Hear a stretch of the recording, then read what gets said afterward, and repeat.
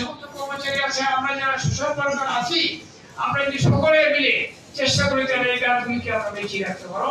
এই জন্য আমি ডিসি সাহেবকে ধন্যবাদ জানাচ্ছি। আমি এখানে কয়েকটি কথা বলবো।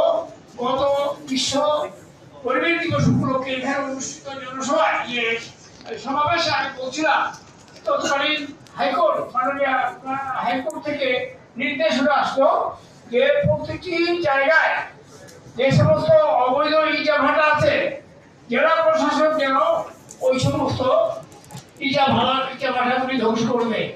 আমি যখন ডিসিএমকে প্রশ্ন করেছিলাম আপনি কয়টা ইটা ভাটা বন্ধ করেছেন বা ধ্বংস করেছেন, উনি কোনো উত্তর দিতে পারলেন না। বুঝলাম উনি যায়নি, তার এক সপ্তাহ পরে জানলাম উনি আসলে যায়নি। আমি এখানে বর্তমান ডিসিএমকে অত্যন্ত কর্মতৎপর, ওনাকে রিকোয়েস্ট করবো সেই মাননীয় মহামান্য হাইকোর্টের নির্দেশনা যেন উনি কার্যকরী করেন। এবং আমি এখানে একটি জায়গার কথা উল্লেখ করতে চাই, বন্দর উপজেলা